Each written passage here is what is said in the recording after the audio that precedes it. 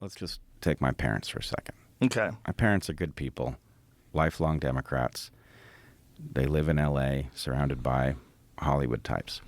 They cannot seem to grasp the fact that the party that they believed in is now doing the inverse of everything they signed up for. Exactly. Because the New York Times rephrases everything so it seems like the values are still there. Right. Which is wild.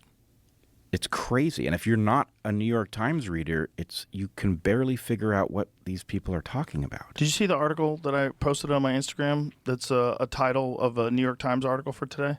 Which one? Jamie, pull this up. I want Bret to see this so you know this is real. This isn't the Babylon Bee. This is an actual New York Times article. You see it? Yeah, I had it in a weird spot. Let me grab from your Instagram.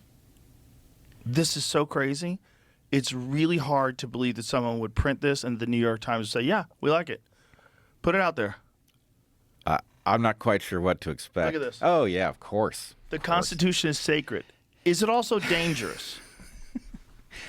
Right. One of the biggest threats to American politics might be the country's founding document. What the fuck are you talking about? Yeah. One of the biggest threats to America's politics might be one of the greatest documents that any country was ever founded on, if not the greatest ever. Mm-hmm.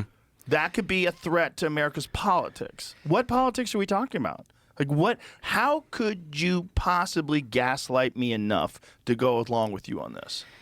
Yeah, it's incredible. I mean, it's on the one hand completely predictable, right? Right. Because there's obviously an authoritarian force there that just grinds its teeth at night over the Constitution and the fact that it prevents it from doing things that it just wants to do last week, you know? And so, of course, they're like scratching their heads like, can we come up with an argument for why it might be time to get rid of that thing? And of course, if you're a normal thinking person, this is complete insanity. But if you're a New York Times reader, I'm sure that fits with the kind of ethos that's been cultivated. Well, this is why a person like Trump is so important to them. Because if you don't have someone that is an imminent threat on the horizon in 3 months, it's very difficult to justify all this shit. So if you have Kamala Harris and she's competing against Ron DeSantis, if it's just Kamala Harris and Ron DeSantis and Trump doesn't exist, maybe he died. And maybe he died in the last few years, you know. Mm-hmm.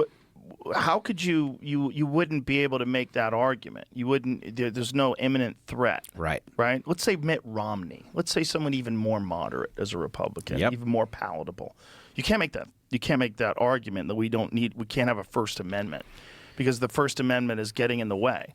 The First Amendment is allowing people to say things that aren't true, misinformation and disinformation, and we're right here. We're September 2nd.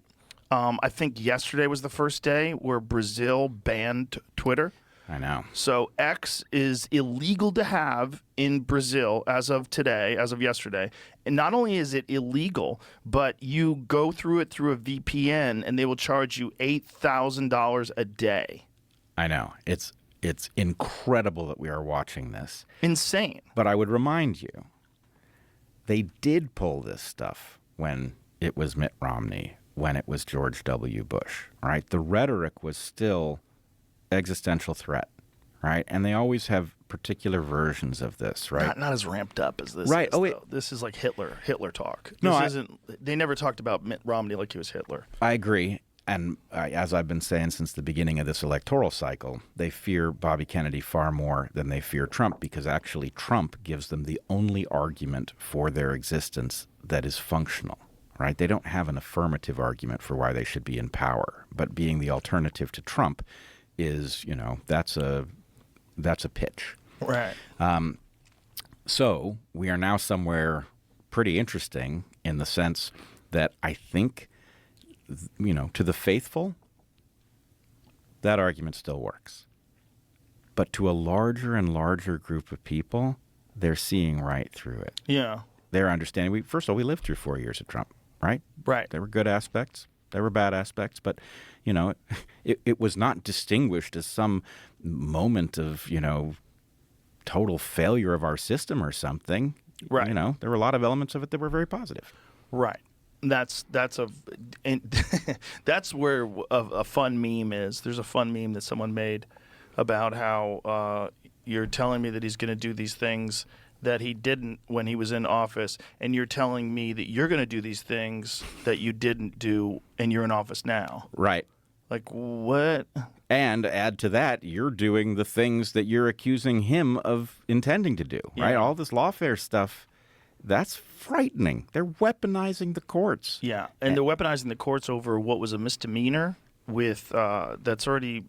If you look at the like Bill Ackman had a post that he made on Twitter laying out the legality of this 34 count thing that they convicted him of.